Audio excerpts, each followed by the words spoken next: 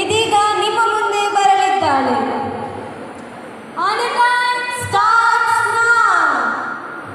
ಜನಪದ ಸೊಗಡು ಅಂದ್ರೇನ್ರಿ? ಅದರ ಕಲೆನೇ ಬೇರೆ ಅಲ್ವಾ? ಅದರಲ್ಲೂ ಜಾನಪದ ಸೊಗಡಿನ ನೃತ್ಯ ನೋಡುವಂತೆ ಎಷ್ಟು ಚಂದ ಅಲ್ವಾ? ಪಂಚವಾದ್ಯಗಳಾದ ತಾಲ, ಶ್ರುತಿ, ಚಮಾಲ, ಮೌರಿ ಅಥವಾ ಓಲಗ ಹಾಗೂ ಕರಡೆ ವಾದ್ಯ ಇವೆಲ್ಲವನ್ನು ಬಳಸಿಕೊಂಡು ಮಾಡುವ ನೃತ್ಯ ಎಂದರೆ ಅದುವೇ ಜಾನಪದ ಸೊಗಡಿನ ವೀರಗಾಸೆ. ಇಂತಹ ವೀರಗಾಸೆಯನ್ನು ಜಾನಪದದ ಹೆಣ್ಣು ಮಕ್ಕಳು ಪ್ರಯತ್ನಿಸುವುದು ತೀರಾ ಕಡಿಮೆ. ಆದರೆ ನಮ್ಮ ತರಗತಿಯ ವಿದ್ಯಾರ್ಥಿನಿಯರು ಎಲ್ಲದಕ್ಕೂ ಸೈ ಅನ್ನು ಹೇಳಿ ಈ ಜಿದ್ದಿನ ಸ್ಪರ್ಧೆಯಲ್ಲಿ ವೀರಗಾಸೆಯನ್ನು ಮಾಡಲು ತಯಾರಿದ್ದಾರೆ. ಹಾಗಾದ್ರೆ ಕರೆಯೋಣವೇ? Let's welcome them with a huge round of applause.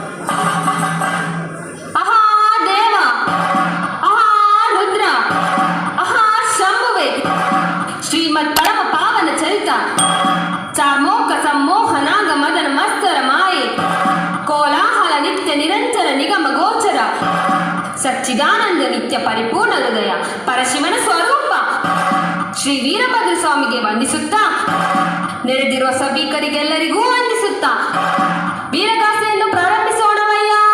ಬಹುಪರ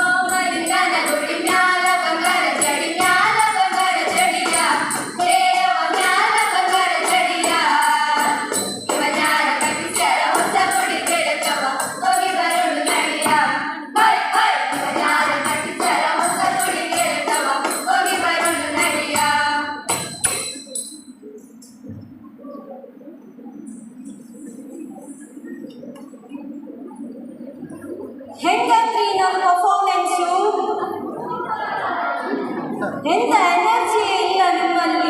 ಊಟ ಮಾಡಿಲ್ವಾ? ಊರ ಕಣ್ಣು ಹಾ? ಯಾರ ಕಣ್ಣು ಯಾರ ಮೇಲೆ? ಯಾರ ಕಣ್ಣು ಯಾರ ಮೇಲೆ ಎಲ್ಲವನ್ನು ಹೇಳ್ತೇನೆ. ಆದರೆ ಅದಕ್ಕಿಂತ ಮುಂಚೆ ಅಲ್ಲಿ ಡ್ರಾಯಿಂಗ್ ನೋಡ್ಕೊಂಡು ಬರುವ. ವಾವ್, ಈ ಡ್ರಾಯಿಂಗಿಗೂ ನಮ್ಮ ಥೀಮಿಗೂ ಒಂದು ನಂಟಿದೆ ಅಂತ ನಿಮ್ಮೆಲ್ಲರಿಗೂ ಗೊತ್ತಾಗಿದೆ. ಆದರೆ ಅಷ್ಟೇ ಅಲ್ಲ, ನಾವು ನೆಕ್ಸ್ಟ್ ಮಾಡುವ ಒಂದು ಪ್ರೋಗ್ರಾಮ್ ಕೂಡ ಇದಕ್ಕೂ ಅದಕ್ಕೂ ಪೂರ್ತಿಯಾಗಿ ನಂಟಿದೆ. ಯಾವುದು ಅಂತ ಗೆಸ್ ಮಾಡಿ. ಅದೇ ರೀತಿ ಇವರು ಒಂದು ಜಾನಪದ ಕಲೆಗಾರರ ಚಿತ್ರ ಮಾಡ್ತಾ ಇದ್ದಾರೆ. ಅದು ಯಾರು ಅಂತ ಯಾರಿಗಾದ್ರೂ ಗೊತ್ತುಂಟಾ? Any guesses? ಹಾಗಾದ್ರೆ ಗೆಸ್ ಮಾಡ್ತಾ ಇರಿ. ರಬ್ಬರಪ್ಪ ಒಂದು ಪರ್ಫಾರ್ಮೆನ್ಸ್ ನೋಡ್ಕೊಂಡು ಬರುವ. ಹೇ ನಿಲ್ಲು, ಯಾರ ಕಣ್ಣು ಯಾರ ಮೇಲೆ ಹೇಳೇ ಇಲ್ಲ? ಯಾರ ಕಣ್ಣು ಯಾರ ಮೇಲೆ? ಈ ಪ್ರಶ್ನೆಗೆ ನಾನು ಉತ್ತರ ಕೊಡುವುದಕ್ಕಿಂತ ಒಂದು ನಮ್ಮ ತರಗತಿಯ ವಿದ್ಯಾರ್ಥಿನಿ ಸೋಲೋ ಪರ್ಫಾರ್ಮೆನ್ಸ್ ಮೂಲಕ ಹೇಳುತ್ತಿದ್ದಾರೆ. ಅಷ್ಟೇ ಅಲ್ಲದೆ ಮಂಗಳಮುಖಿಯರು ಜೀವನದ ಕಷ್ಟವನ್ನು ಒಂದು ನೃತ್ಯದ ಮೂಲಕ ಹೆಜ್ಜೆ ಹಾಕಲು ಬರುತ್ತಿದ್ದಾರೆ ನಮ್ಮ ತರಗತಿಯ ವಿದ್ಯಾರ್ಥಿನಿ ಚೈತ್ರ. ಆಶ್ಚರ್ಯ ಆಗ್ತಾ ಇದೆಯಾ ನಮ್ಮನ್ನ ಇಲ್ಲಿ ನೋಡಿ? ಏನು ಆಶ್ಚರ್ಯ ಆಗ್ತಾ ಇದೆಯಾ ನಮ್ಮನ್ನ ಇಲ್ಲಿ ನೋಡಿ? ಆಶ್ಚರ್ಯ ಪಡ್ಬೇಡಿ. ನೀವು ಮೊದಲಿಂದ ನಮ್ಮನ್ನ ಹಾಗೆ ತಾನೇ ನೋಡ್ತಾ ಇರೋದು. ಹಾಗೇ ನೋಡಿ. ತಪ್ಪು ನಮ್ದಲ್ಲ, ಅದು ಪ್ರಕೃತಿ ನಿಯಮ. ಅದಕ್ಕೆ ನಾವು ಹೀಗಿದ್ದೀವಿ. ಈ ಕಡೆ ಹೆಣ್ಣು ಅಲ್ಲ, ಈ ಕಡೆ ಗಂಡು ಅಲ್ಲ. ಓ ದೇವ್ರೆ, ನೀನ್ ನೋಡ್ತಿದ್ರೆ ಕೇಳು. ನೀನೇ ಸೃಷ್ಟಿ ಮಾಡಿದ್ದಿ ಜೀವ ಇವತ್ತು.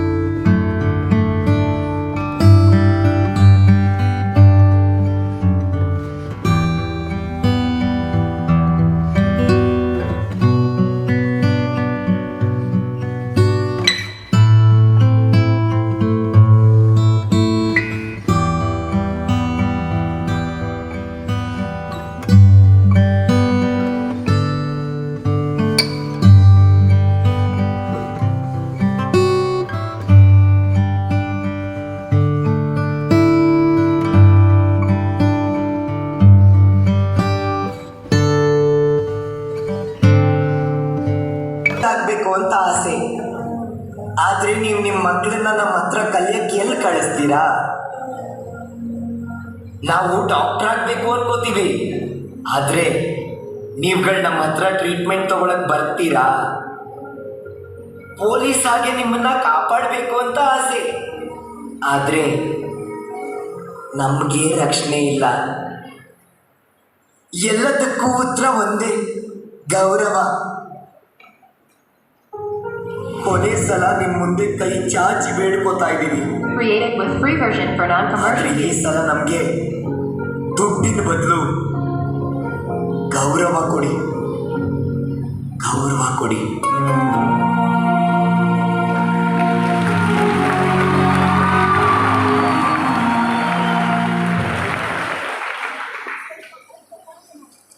ಹೇಗಿತ್ತು ನಮ್ಮ ಪರ್ಫಾರ್ಮೆನ್ಸ್?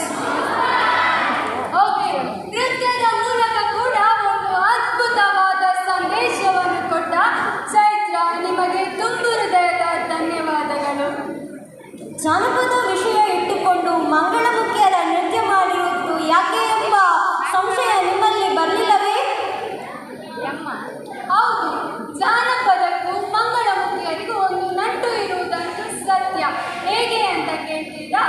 ಜನಪದ ಅಕಾಡೆಮಿಯ ಅಧ್ಯಕ್ಷರಾಗಿದ್ದ ಮಂಜಮ್ಮ ಚೋಗತಿ ಇವರು ಜಾನಪದ ಹಿನ್ನೆಲೆಯಲ್ಲಿ ಹಲವಾರು ಸಾಧನೆಗಳನ್ನು ಕೈದು ಮಂಗಳಮುಖಿ ಸಂಕುಲಕ್ಕೆ ಹೆಮ್ಮೆಯಾದವರು. ಅಂತಹ ಜಾನಪದ ಕಲೆಗಾರ್ತಿ ಮಂಜಮ್ಮ ಜೋಗತಿ ಅವರ ಜೀವನ ಚರಿತ್ರೆಯನ್ನು ಕಿರುನಾಟಕದ ಮೂಲಕ ಜೊತೆಗೆ ಸೋಲೋ ಸಾಂಗ್ನೊಂದಿಗೆ ನಮ್ಮನ್ನೆಲ್ಲರನ್ನು ಗಮನ ಸೆಳೆಯಲು ಬರುತ್ತಿದ್ದಾರೆ ನಮ್ಮ ತರಗತಿಯ ವಿದ್ಯಾರ್ಥಿನಿಯರು. ಬರಲಿ ಒಂದು ಜೋರಾದ ಚಪ್ಪಾಳೆ.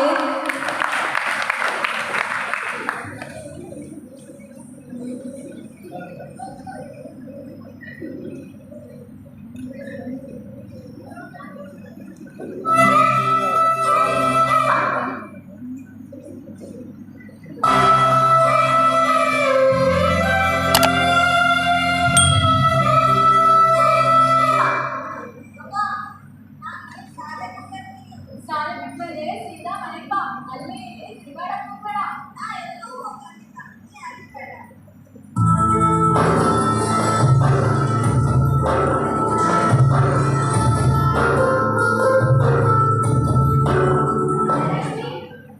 ಜಯಲಕ್ಷ್ಮಿ, ಜಯಲಕ್ಷ್ಮಿ, ಯಾಕಂದ್ರೆ ದರ ಬಡ್ಡ ಮಾಡಕತ್ತಿ? ಅಂದ್ರೆ ನಮ್ಮನ್ನ ಗಮನಿಸಿದ್ದೀರಿ. ನಮ್ಮ ಆಗೇನಾಯ್ತು? ಅಂದ್ರೆ ನಮ್ಮ ಜೀವನ ನಡೆದಾಡ್ತಾನ. ಹೆಣ್ಮಕ್ಳನ್ನ ಬಂಡಾರ ಕುಡಿತಾನ. ಚವನ್ನ ಸಿರಿಸನ್ನ ಹಾಕಿ ಆಟಾಡ್ತಾನ. ಎಲ್ಲೋ ಸಾಲ್ಯಾಗ ಹೆಣ್ಮಕ್ಳೊಟ್ಟಿಗೆ ಜಾಸ್ತಿ ಅಡ್ಡಾಡ್ತಿರ್ಬೇಕು. ಸರಿ ಹೋಗ್ಬಿಡು. ಸರಿ ಸರಿ, ನಾನು ಬರ್ತೀನಿ.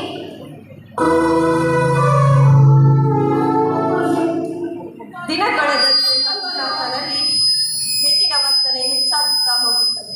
ಆರಂಭದಲ್ಲಿ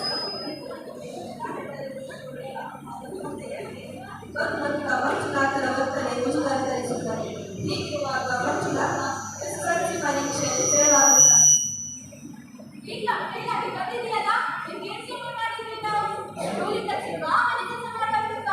ಚೆನ್ನಾಗಿ ಓದಕ್ಕೆ ಏನಾಗಿತ್ತು ಅಂತ? ಈ ಜಯಲಕ್ಷ್ಮಿ, ಯಾಕಂದ್ರೆ ದೂರ ಮಾಡ್ತೀರಂತ ಅರ್ಚಾಡಕತ್ತಿ? ಅಂದ್ರೆ ನಿಮ್ಮಲ್ಲ ಅರ್ಚಾಡ ಏನ್ ಮಾಡಿ? ಈಗ ಹೆಣ್ಣಿಗರ ಮಾಡ್ತಿದ್ರೆ ವಿದ್ಯಾಭ್ಯಾಸ ಎಂತಾನೆ ಕಟ್ಟಬೇಕು. ಅಷ್ಟಕ್ಕೂ ಇವ ಓದಿ ದೊಡ್ಡ ಆಫೀಸರ್ ಆಗ್ಬೇಕೇನು? ನಮ್ಮ ಜನಾಂಗಕ್ಕ ಇಷ್ಟ ವಿದ್ಯಾಭ್ಯಾಸ ಸಾಕು. ಇವನನ್ನ ವೀರಾಂಜನೇಯನ ಹತ್ರ ಕಳಿಸ್ತೀನಿ. ಅಲ್ಲೇ ಅಂಗಡಿ ಹೋಟ್ಲು ನೋಡ್ಕೊಂಡಿರಿ.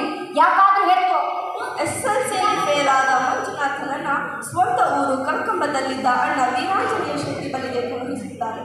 ಕೆಲ ಕಾಲ ಅಣ್ಣನ ಜೊತೆ ಹೋಟೆಲ್ ಮತ್ತು ಸೈಕಲ್ ಶಾಪಿನಲ್ಲಿ ಕೆಲಸ ಮಾಡುತ್ತಿದ್ದ ಮಂಜುನಾಥ ಮನೆಗೆ ಬಂದೊಡನೆ ಹೆಣ್ಣು ಮಕ್ಕಳಂತೆ ಅಲಂಕಾರ ಮಾಡಿಕೊಳ್ಳುತ್ತಿರುತ್ತಾರೆ.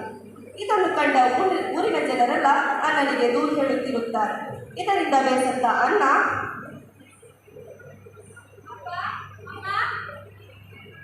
ಏನಪ್ಪ ಇದು? ಹೆಂಗದಿಯಾ? ವ್ಯಾಪಾರ ಎಲ್ಲ ಬರೋಬ್ಬರಿ ನಡೆಯಕತ್ತೇನು? ನಾನಮ್ಮೋ ಏನ್ ವ್ಯಾಪಾರನೋ? ನಿನ್ ಮಂದಿಯಿಂದ ಊರಲ್ಲೆಲ್ಲ ನನ್ನ ಮನೆ ತಗೊಂಡ್ಬರ್ತಿ. ಯಾಕಪ್ಪ? ಅವನೇನ್ ಮಾಡ್ದ ಅಂತಿದ್ದು? ಇನ್ನೇನು ಅಂಗಡಿಯಲ್ಲಿ ಕೂರಿಸಿದ್ರ ಊರವರಿಗೆಲ್ಲ ಉದುರಿ ಕೊಡ್ತಾನ. ಜಬರ್ದಸ್ತ್ ಮಾಡಿ ಯಾರು ಮಾತನ್ನು ಕೇಳಲ್ಲ.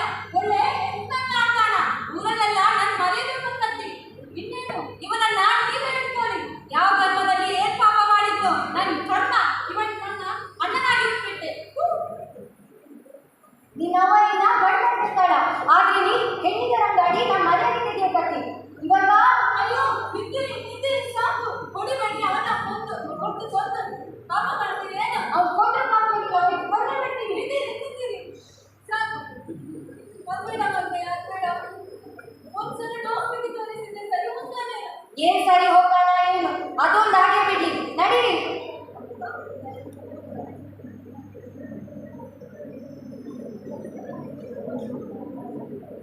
ನಮಸ್ಕಾರ ಮೇಡಮ. ನಮಸ್ಕಾರಪ್ಪ. ಯಾರಿಗೆ ಏನಾಯ್ತು? ಇವ ನನ್ನ ಮಗ ಮಂಜುನಾಥ ಅಂತ. ಇವ ಆಡೋದು ನಡೆಯೋದು ಎಲ್ಲ ಹೆಣ್ಣಿಗರಂತ. ಯಾವಾಗಿಂದ ಹೀಗೆ ಆಗ್ತಾ ಇದೆ? ಸರಿಯಾಗಿದ್ದಾರೆ. ಆಮೇಲೆ ಈಗ ಮಾಡಕತ್ತಾನ. ಇವತ್ತು ಸರಿ ಹೋಗ್ಬೋದು, ನಾನು ಸರಿ ಹೋಗ್ಬೋದು ಅನ್ಕೊಂಡು ಆದ್ರೆ ಇವನ ಚಟ ಜಾಸ್ತಿ ಆಗಿರುತ್ತೆ. ಮಂಜು, ಬಾರಪ್ಪ ಇಲ್ಲಿ. ಯಾಕೆ ಹಂಗೆ ಮಾಡಕತ್ತಿ? ನಿಮ್ಮ ಅಪ್ಪ ಅವಾಗ ನೋವಾದಂಗಿಲ್ಲೇನು? ನಾನೇನ್ ಮಾಡಲಿದೆ? ನಂಗ ಹೆಣ್ಮಕ್ಳಂಗ ಬಳೆ ತೊಡ್ಕೋಬೇಕು, ಬಣ್ಣನ ಹಚ್ಕೋಬೇಕು, ಅಷ್ಟ ಕುಂಕುಮ ಇಟ್ಕೋಬೇಕು ಅಂತೆಲ್ಲ ಅನಿಸ್ತೈತ್ರಿ. ನಂಗ ಗೊತ್ತಿಲ್ಲದ ಈ ಥರ ಎಲ್ಲ ಮಾಡಬೇಕು ಅನಿಸ್ತೈತ್ರಿ. ಇದು ನನ್ನೇನೆ ಇದ್ರಿ ತಪ್ಪು. ಇವಾಗ ನಿಂದೇರಿ. ಇದು ಹೊಡೆದು ಬಡ್ದು ಸರಿ ಮಾಡೋ ಕಾಯಿಲೆ ಅಲ್ಲ. ನಿಮ್ಮ ಮಗ ದೈಹಿಕವಾಗಿ ಗಂಡಾಗಿ ಹುಟ್ಟಿದ್ದಾನೆ. ಆದರೆ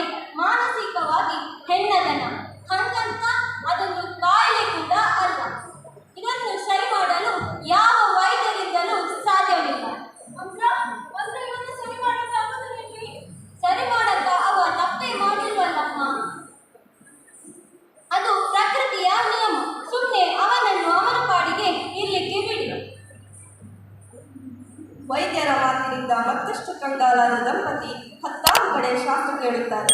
ಕೆಲವೊಬ್ಬರು ನಿಮ್ಮ ಮನೆಗೆ ಹೆಣ್ಣು ದೇವರ ಕಾಟ ಇದೆ, ಇವನಿಗೆ ಮುತ್ತು ಕಟ್ಟಿಸಿ ದೇವರಿಗೆ ಬಿಡಿ ಎಂಬ ಸಲಹೆ ಕೊಡುತ್ತಾರೆ.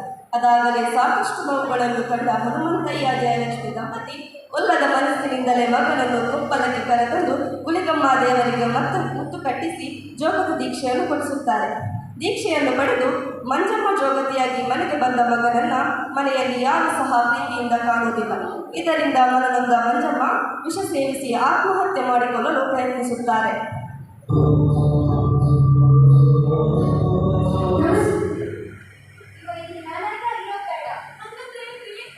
ಗಂಡಾಗ್ತಿದ್ರೆ ಮದುವೆ ಮಾಡ್ತಿದ್ದೆ, ಸಂಸಾರ ನೋಡ್ಕೊಂಡು ಹೋಗ್ತಿದ್ದ. ಹೆಣ್ಣಾಗ್ತಿದ್ರೆ ಮದುವೆ ಮಾಡಿ ಗಂಡ ಮನೆ ಕಳಿಸ್ತಿದ್ದೆ. ಕುಂಟಾನೋ ಹೋಗ್ತಿದ್ರೆ ಕುಂಡ್ರಿಸಿ ಕೂಳಾಗ್ತಿದ್ದೆ. ಆದ್ರೆ ಅದು ಎರಡಕ್ಕೂ ತಪ್ಪವ. ಇವ್ರು ಸಮುದಾಯದವ್ರು ಹೆಂಗ್ ಬದುಕ್ತಾರ ಹಂಗ ಬದುಕ್ಲಿವ.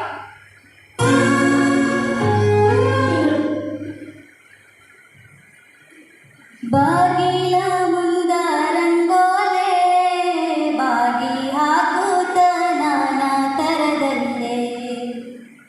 ಬಾಗಿಲ ಮುಂದ ರಂಗೋಲೆ ಬಾಗಿ ಹಾಕುತ್ತ ನಾನಾ ತರದಲ್ಲೇ.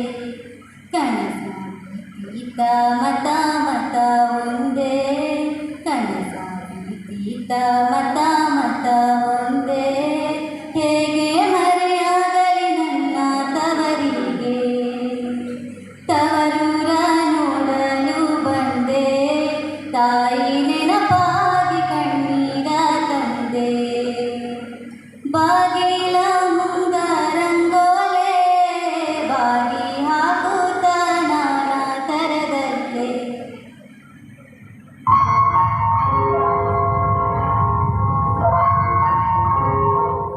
ತನ್ನ 18ನೆಯ ವಯಸ್ಸಿನಲ್ಲಿ ಮನೆಯವರಿಂದ ದೂರ ಆಗಿ ಮನೆ ಬಿಟ್ಟು ಬಂದ ಮಂಜಮ್ಮ ದಾವಣಗೆರೆಗೆ ಬಂದು ತನ್ನ ಪರಿಚಯಸ್ಥರಾದ ರಾಧಮ್ಮ ಅವರ ಸಹಾಯದಿಂದ ಒಂದು ಬಾಡಿಗೆ ಮನೆಯಲ್ಲಿ ವಾಸವಾಗಿರುತ್ತಾರೆ. ಮಂಗಳವಾರ, ಶುಕ್ರವಾರ, ಅಮಾವಾಸ್ಯೆ, ಹುಣ್ಣಿಮೆಯಂದು ಭಿಕ್ಷಾಟನೆಗೆ ಹೋಗುತ್ತಾರೆ. ಹೀಗೆ ಒಮ್ಮೆ ಪಟ್ಟಿಗೆ ಹಿಡಿದು ಭಿಕ್ಷಾಟನ ಮಾಡುತ್ತಾ ದಾವಣಗೆರೆಯ ಹಳೆಯ ಬಸ್ ನಿಲ್ದಾಣಕ್ಕೆ ಬರುತ್ತಾರೆ. ಹುಟ್ಟಿಯ ಬಂದೆ ಎಲ್ಲವ್ವನಾಗೆ, ನನ್ನ ಮದುವೆ ಮಾಡಿ ಕೊಟ್ಟರವ್ವ ಮಾತನಿಗೆ. ಹುಟ್ಟಿಯ ಬಂದೆ ಎಲ್ಲವ್ವನಾಗೆ, ನನ್ನ ಮದುವೆ ಮಾಡಿ ಕೊಟ್ಟರವ್ವ ಮಾತನಿಗೆ.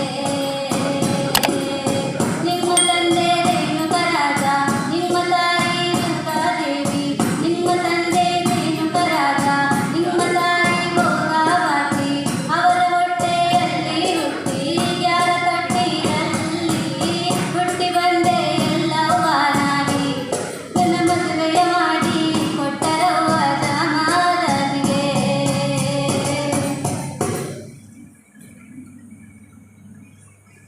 ಅಪ್ಪಾಜಿ, ನನ್ನ ಹೆಸರು ಮಂಜಮ್ಮ ಅಂತೇಳಿ. ನಂಗ ಇಂತ ಕಲ್ಸ್ಕೊಡ್ತಿದ್ದೇನಾ? ಹುಟ್ಟಿದ್ದು ಕುಕ್ವಾಡ, ಬೆಳೆದಿದ್ದು ಕಲ್ಕಂಬ. ಗಂಡ ಹುಟ್ಟಿ ಹೆಣ್ಣಾಗಿ ಬದುಕು ನಡ್ಸಕ್ಕಾಗ್ತಿದ್ದೀನಿ.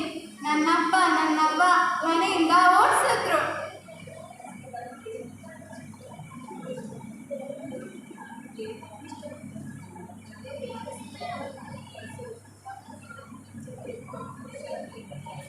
ಆಗ್ಲಿ ಅಪ್ಪಾಜಿ, ನೀವು ಹೇಳ್ದಂಗ ಕೇಳ್ತೀನಿ.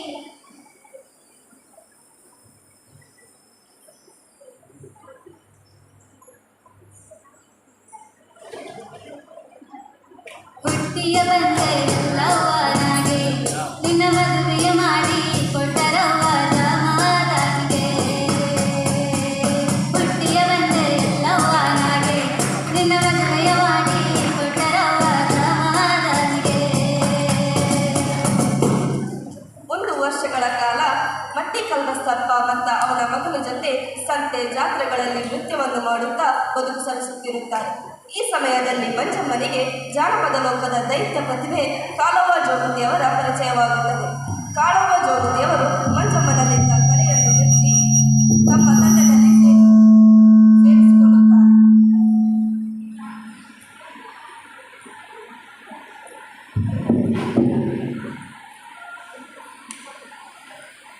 ಮಂಜಮ್ಮ, ನೀನು ಚೆನ್ನಾಗಿ ಕುಡಿದು ಹಾಡು.